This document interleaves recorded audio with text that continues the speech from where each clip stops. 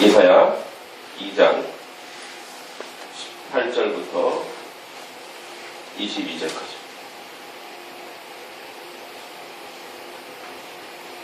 이사야 2장 18절에서 22절까지. 가능하시면 18절부터 22절 같이 천천히 읽겠습니다. 시작. 우상들은 온전히 없어질 것이며 사람들이 암멸과 도굴로 들어가서 여호와께서 땅을 진동시키려고 일어나실 때 그의 위엄과 그 광대하심의 영광을 위할 것이라. 사람이 자기를 위하여 경배하려고 만들었던 은우상과 금우상을 그날의 두더지와 쥐에게 던지고 암멸과 험악한 바위 틈에 들어가서 여호와께서 땅을 진동시키려고 일어나실 때에 그의 위엄과 그 광대하심의 영광을 위하리라. 너희는 인생을 의지하지 말라. 그의 호흡은 고에 다니 생활 가치가 어디 있느냐. 아멘. 자, 이제 오늘 2장을 마치게 됩니다. 계속 2장에서 얘기했던 것처럼 백구를 이루어서 하나님의 말씀을 지금 강조하고 있는 부분인데, 이제 오늘 그 마지막 부분 두 구절이 나옵니다. 심판받을 자들을 조롱하는 것과 심판의 결과가 나오는데, 자, 18절에 이런 말이 있습니다. 우상들이 온전히 없어진다. 이렇게 얘기해요. 우상들이. 자, 여기서 우상들이 완전히 소멸할 것이다. 를 예언하고 있습니다. 우상들에 해당하는 엘리이라는 원형을 가지고 있는데, 이 엘리는 뭐냐? 아니다. 또는 못하다, 헛되다, 이런 뜻입니다. 우상이라는 뜻 자체가 아니다, 못되다, 헛되다, 이런 뜻입니다. 그러니까 실제 영어로 번역되는 nothing, 없음, 이 우상, 없다. 거기는 아무것도 없다, 이런 뜻입니다. 여기에 이제 R이라는, 이 히브리어 R이라는 뭐냐면, 아무것도 아닌 것, 헛된 것, 실체가 없는 것입니다. 실체가 없는 것. 그러니까, 우상의 실체를 아주 그 본질적으로 보여주는 건데, 우상들이 철저하게 소멸될 것이다 라고 예언하고 있습니다. 우상들은. 그러니까 거짓 믿음의 대상들은 여호와의 날, 그날에 철저히 파괴되어서 흔적조차 남지 않을 것을 예언하고 있습니다. 그러나 사람들은 어리석어서 그 우상을 여전히 숭배하고, 그리고 그 우상에 의지하죠. 그 우상은 자기 자신들을 지켜주지도 않고 무익하고 무능한 겁니다. 늘 얘기하지만 우리 우상은 무엇입니까? 현대 우상은 돈이죠. 돈이 우리를 지켜줄 것 같지만 사실은 돈은 아무것도 아니라는 겁니다. 여호와의 날을, 자, 우리 개인에게 여호와의 날은 무엇일까요? 우리 개인에게 여호와의 날. 하나님이, 주님이 오시는 것이 여호와의 날일 수 있지만 우리 개인에게도 여호와의 날이 있어요. 그 날은 뭐냐? 핵심했을 때 하나님의 말씀을 온전히 받아들이고 말씀으로 살 때, 이게 우리의 여호와의 날입니다. 여러분, 우리가 하나님의 말씀으로 온전히 들어가면 물질이 가치가 없어 보여요. 물론 물질을 거룩하고 아름답게 쓸 수 있습니다만 물질이 도구가 되는 겁니다. 물질이 목적이 되지 않아요. 물질이. 그러니까 돈이 목적이 되는 게 아니라 돈은 도구일 뿐이에요. 제가 늘 우리 아이들 가르칠 때 얘기하는 건데, 돈은 돌다의 명사형입니다. 돈은 돌아야 돼요. 그죠? 돈은 이렇게 돌아야 돼요. 그러니까 뭐냐면, 돈이라는 것은 핏줄 같아요. 그래서 이게 누군가가 꽉 움켜쥐고 있으면, 여러분, 이렇게 혈관이 막히면 어떻게 돼요? 사람이. 예, 건강하지 못한 거죠? 마찬가지 경제도 돈이 이렇게 돌아야 돼요. 세계는 돌아야 되는데, 그건 도구예요, 도구. 우리가, 돈이라는 것 자체가 목적이 돼서 돈을 모으고, 여러분, 대부분의 사람들은 돈이 우상이잖아요. 돈에서 힘이 나오고, 돈에서 능력이 나오고, 그러니까 다들 돈 하잖아요. 돌았죠. 다들 돈 하는 거예요. 그러니까 여기도 돈, 저기도 돈. 그러니까 그게 우상이, 그것은 가치 없다라는 거예요. 여호와의 날은 그게 의미가 없는 거예요. 종이장이 무슨 소용이 있어요? 우리 아이들한테 아주 돈을 모르는 아이들한테 10만 원짜리, 1,000원짜리 다 줘보세요. 동전 줘보세요. 아이들은 자기가 추억했던 거, 100원짜리가 가치 있는 거예요. 100원짜리 잡는 거예요. 10만 원짜리 다 필요 없어요. 아이들. 그죠? 우리가 이와 동일한 거예요. 돈은 사실 종이짝에 불과한데 거기에 목숨까지 걸고 거기에 양심도 팔고 거기에 사람까지 죽인다. 그러니까 이것이 없어질 것이다. 완전히 그거는 우리를 지켜내지 못해요. 그죠? 또 그 다음에 보면 사람들이 아멜과 토굴로 들어가서 여호와의 심판의 날에 이 심판의 대상들이 누구냐면 17절에 나오는 자고한 자, 교만한 자, 이런 사람들이 심판을 받게 되는데 어디로 들어가냐 이 사람들이 암혈과 토굴로 들어가요. 자, 자연적으로 만든 동굴 이런 데 들어가는데 근데 여호와께서 뭐 땅을 진동시키려고 일어날 때 그 의형과 강자신 영광을 피할 것이라. 여호와께서 땅을 진동하면 아무리 암혈과 도굴이라도 피할 곳이 없다라는 거예요. 그리고 사람들이 자기 위해 경배하고 만들었던 우상과 금우상과 이런 것들이 박쥐, 두더지, 이 박쥐와 두더지는 이스라엘에서 가장 가증히 여기는 짐승 중에 하나입니다. 두더지는 땅을 파고 박쥐는 뭐 이렇게 밤에 다니죠. 그래서 그런 짐승들에게 던져질 거라는 거예요. 가치 없이 아주 무가치하게 그곳에 던져질 것인데 거꾸로 한번 생각해 볼까요? 하나님의 진동, 하나님께서 진동시키기로 일어나실 때에 자 그러면 하나님이 없다고 하는 사람들, 하나님을 모르는 사람들, 말씀을 모르는 사람들, 은혜가 없는 사람들은 이날이 정말 그날이 심판하기 전이라도 자연재해와는 뭐예요? 두렵고 떠는 거예요. 그죠? 그런데 하나님을 알고 그 하나님에 대한 준비를 하는 사람들은 이런 날이 오면 올수록 뭐예요? 주 예수여 어서 오시옵소서. 마라나타. 준비한 사람. 여러분 우리는 마라나타의 신앙을 가지고 있어요. 주 예수여 지금 오셔도 만족합니다. 기쁩니다. 이게 돼요. 난 아직 젊은데 쓸 돈이 많은데 할 일이 많은데 요만한큼이라도 그게 남아있으면 우리의 신앙을 의심해봐요. 지금 저도 지금 젊잖아요. 할 일이 참 많잖아요. 한명교회를 어떻게 건축도 해야 되고 뭐 엄청 많은 계획이 있어요. 그럼에도 불구하고 하나님은 만약에 오늘 이 새벽에 오신다면 마라나타 주 예수여 어서 오시옵소서. 이 고백이 우리 안에 있어요. 다시 얘기하자면 하나님이 지금으로 자연재해 물론 안타까운 생명들이 갑니다. 죽습니다. 그들이 복음을 받아들여 가는 것에 대한 안타까움이 있지만 만약에 그럼에도 불구하고 하나님이 땅을 진동시키고 하늘을 열시고 그런 진노의 날이 오면 우리에겐 도리어 그것이 기쁨의 날이 될 믿음을 가지고 있어요. 그 진노의 날 여러분 우리가 두렵고 떨린다면 우리의 믿음은 그래서 우리는 어떻게 지난주에 종말론적 신앙을 가져야 되는데 어떤 신앙이냐 지금 하나님 앞에 선 자처럼 살아내야 돼요. 여러분 만약에 여러분들이 딴짓하고 있다가 예수님 오시면 어떻게 해요? 그 참 뻘쭘하잖아요. 그죠?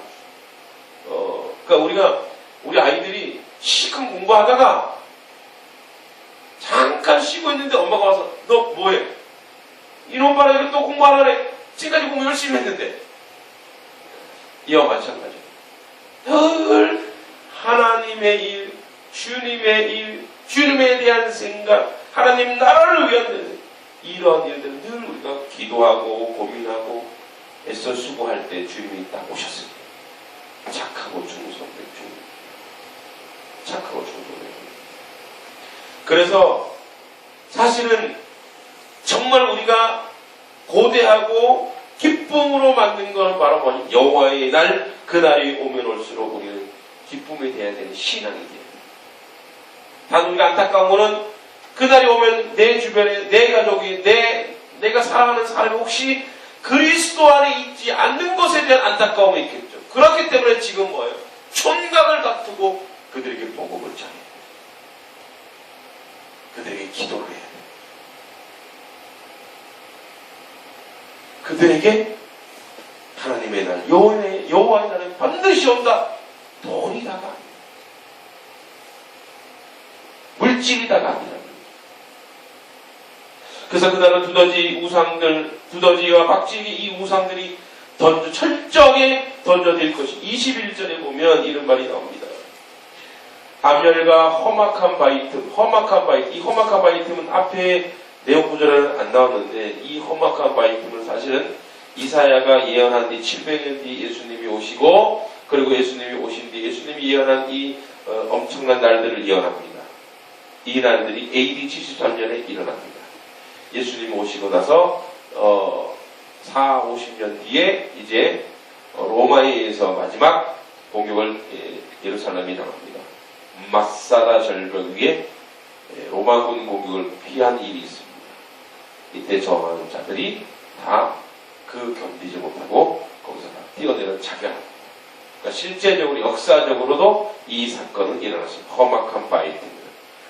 우비스 이페 하살라임이라는 이 말이 바로 험악한 바위 틈에 숨어서 너희들이 여호와의 땅을 진동시키려 하실 때 그 위험과 그 강된 위험을 피하리라.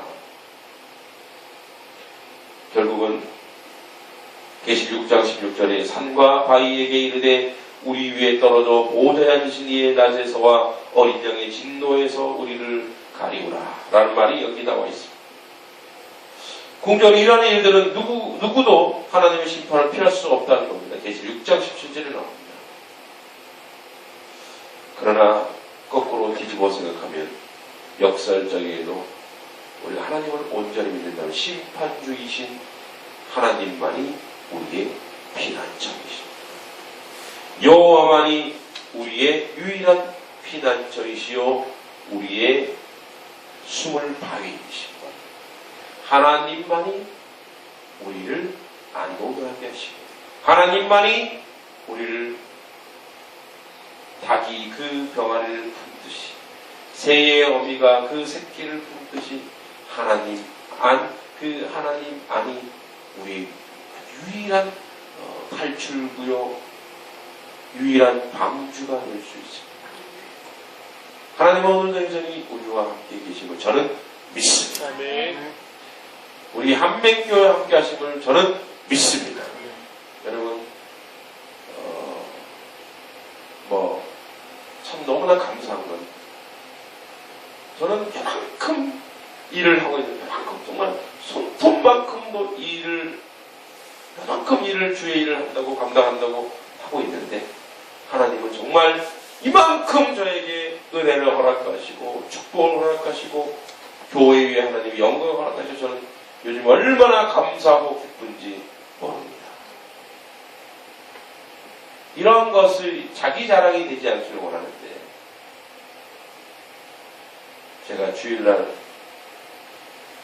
저도 모르게 많은 분들이 좀 오셔서 강대상 앞에서 우리 성도님들은 개수를 하게 됐어요. 개수. 1부 예배에 122명, 2부 예배에 중복되어 있는 거 다 빼고 했더니 지난 주일날 203명이 오셨거든요. 청년부, 장년. 그 청년들 중에 3명인가가 4명이 본 예배 안 드리고 청년부 예배를 바로 가서 또 개수하게 됐습니다. 100명, 200명, 300명이 중요하지 않습니다. 그런데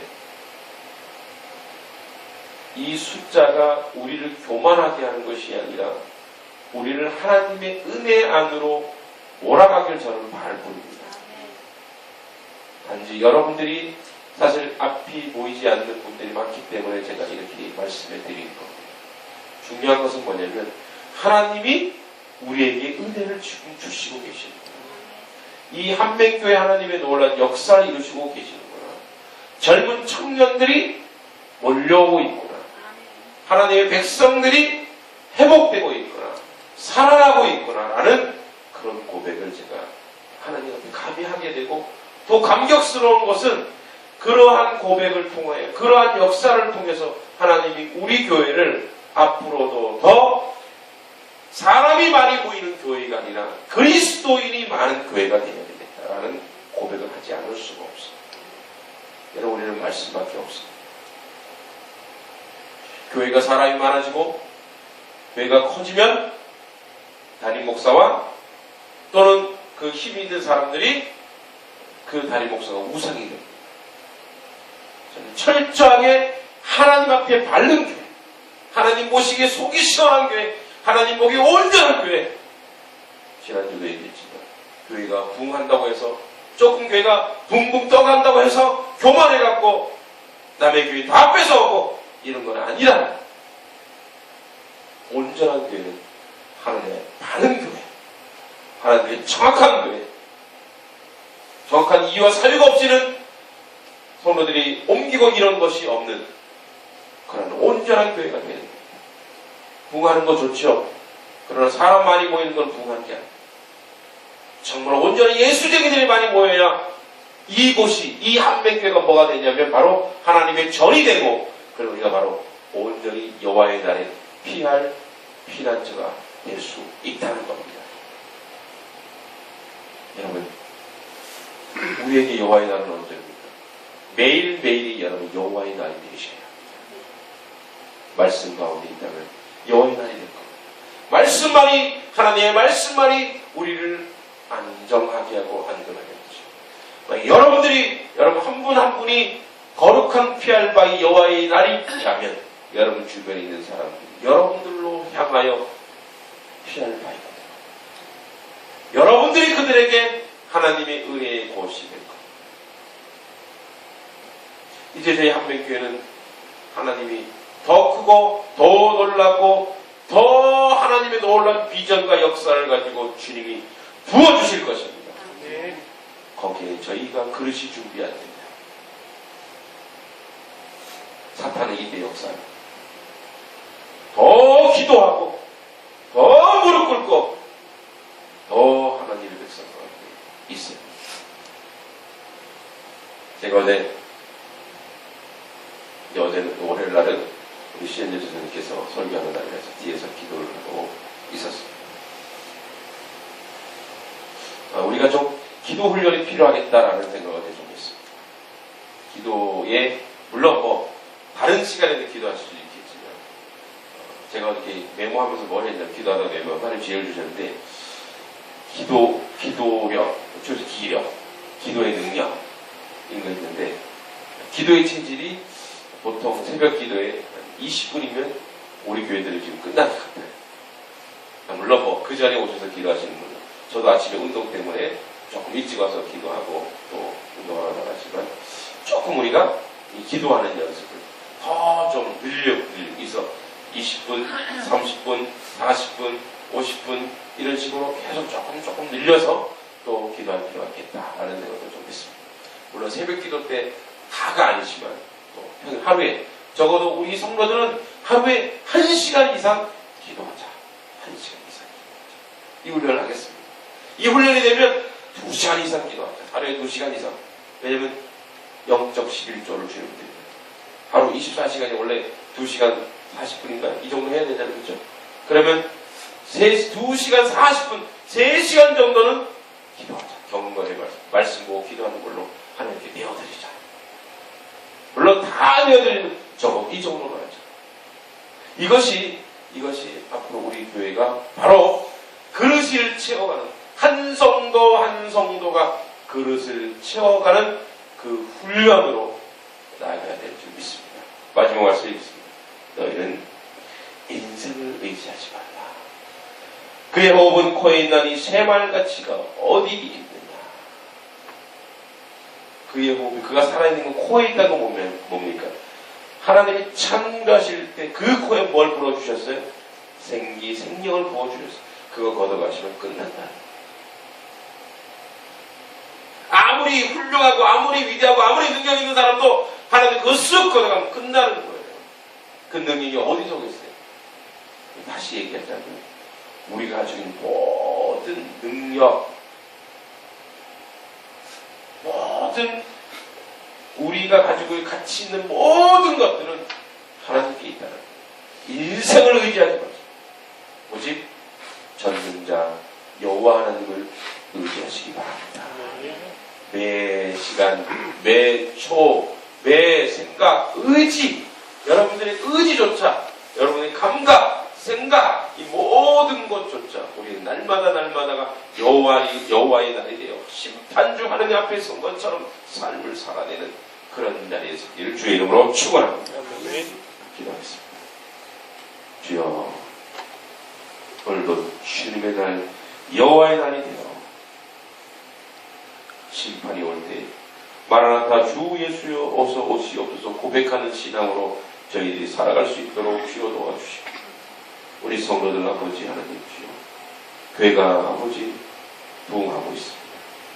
그러나 중요한 것은 이 부흥이 우리로 통하여 또는 담임 목사를 통하여 오는 것이 아니라 하나님이 부어주심을 믿고 하나님이 부어주시고 하나님의 역사하심을 저희들이 절절히 고백하게 하시고, 우리는 아무것도 할 수 없다는 고백, 그래서 기도할 수밖에 없고 우리의 그릇을 키워나가는 저희들이 될 수 있도록 주여 도와 주시옵소서.